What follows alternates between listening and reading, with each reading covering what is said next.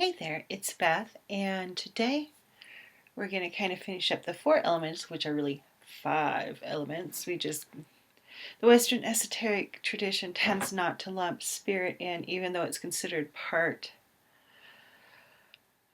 of that system, the four elements, because spirit's kind of the glue that holds it all together, is how I see it. Without spirit, you just have four elements that go about doing their own thing, and spirit is what brings it together and creates a cohesion. And the spirit is us in a way, or rock, or the cat, or whatever. Don't be meaner. Whatever. If you're animist, then everything is ensouled and has spirit and a living energy. If you're not, then I tend to be very, very animistic. Trees, tarot decks, animals, they all, rocks, whatever, they all have their own life force. As far as I'm concerned, they all have their own life force and soul and spirit.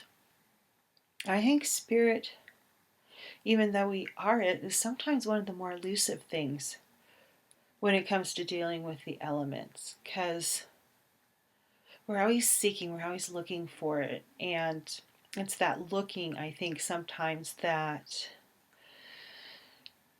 almost can make us lose track of it because we're too caught up in the search and too caught up in looking and trying to find things, especially outside of ourselves, as opposed to going inward and seeing what's inside, or receiving any messages that are coming to us.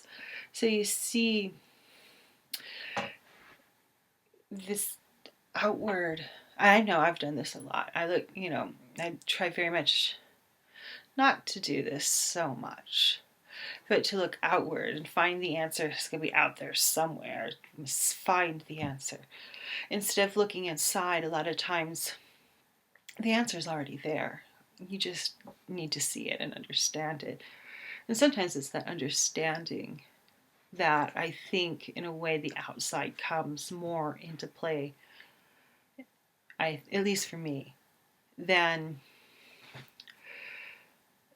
inward. Sometimes you need the outward stuff to help bring you context or the knowledge to really use what you've found inside. I think there's book learning and practice and all that stuff has a very large place, because you just don't go out there and be like, do something. You practice it, you learn it, and then you practice it again, and you really take it to heart. And that I think is where spirit really starts to come in.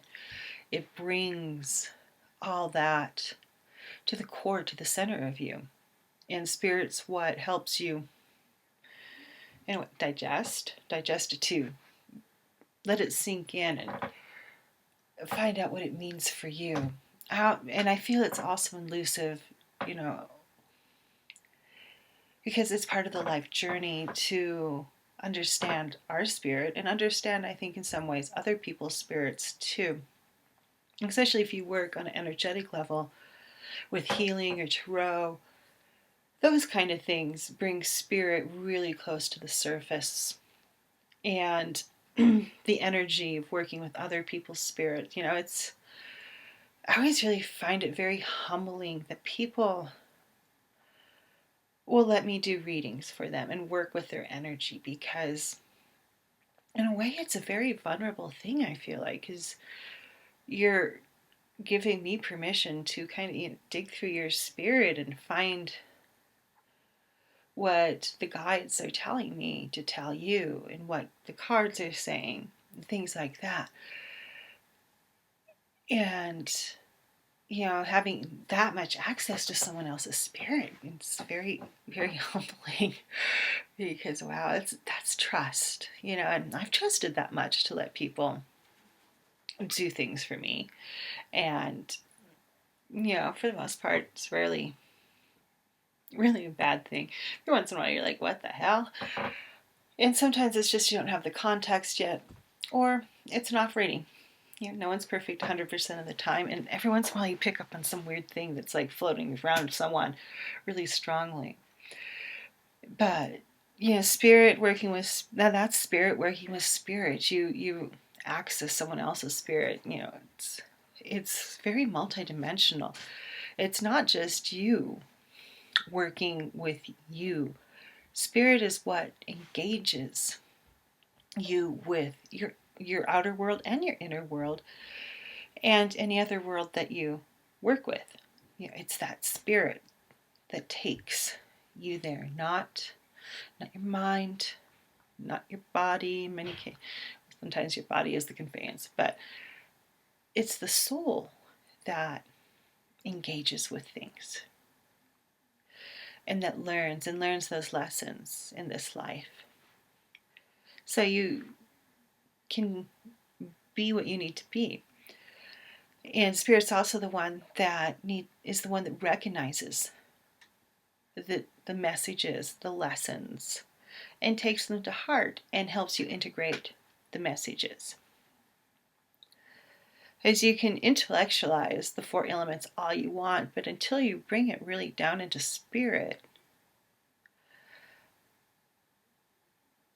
then they're just intellectual concepts. And they're very interesting concepts.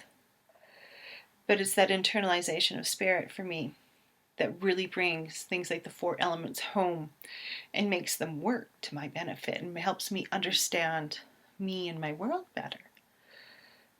And that spirit is that helps you understand. And I think for, it's, you think about what to say in these things, and sometimes you just don't know, and you just have to let spirit is very much speaking tonight, because I do feel it's elusive for me. I wouldn't say it's not that I'm not self-aware, it's not that I don't understand myself, not that I can't spot behaviors and patterns within me. I think it's elusive for the fact that it's ever changing, and that once you finish one part of the journey, another one starts, and then you start relearning, and you start learning a new aspect, or relearning in some cases. Sometimes you got to learn the same lesson many times over, but you start learning.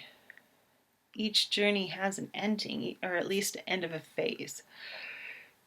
However you want to think of that, it's like one segment ends and a new one begins, and so you start different learning patterns and things like that, and that is spirit coming through to help you digest all that good stuff that you need to know. And I think that's what makes it elusive for me, is that just when you think you got it figured out, you start something new and you're like, wait a minute, there's a whole aspect that I haven't been considering, or there's a new aspect of an old aspect, or something old is like going, hi, rearing its ugly head again, and you're going, oh, okay, I thought I got rid of you. Time to work on you a little more. And that's spirit's role. Spirit's kind of the glue. Spirit's the digester.